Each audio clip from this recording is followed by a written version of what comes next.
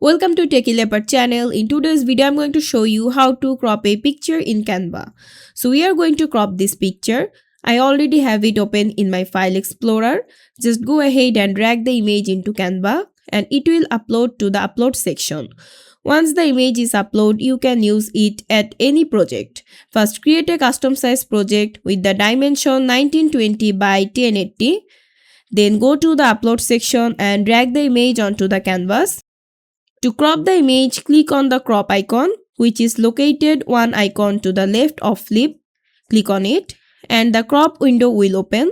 Here you can use Smart Crop, which uses AI to crop the image automatically. You can also use Freeform, which is selected by default and allows you to choose exactly what part of the image you want. Additionally, you can select 1:1 or any of the other present crop options. If you want to rotate the image while cropping, you can do that as well. Once you are finished editing, click done and your image will be cropped exactly the way you want. And that's it. I hope this video was helpful. If it was, please give it a thumbs up and don't forget to subscribe.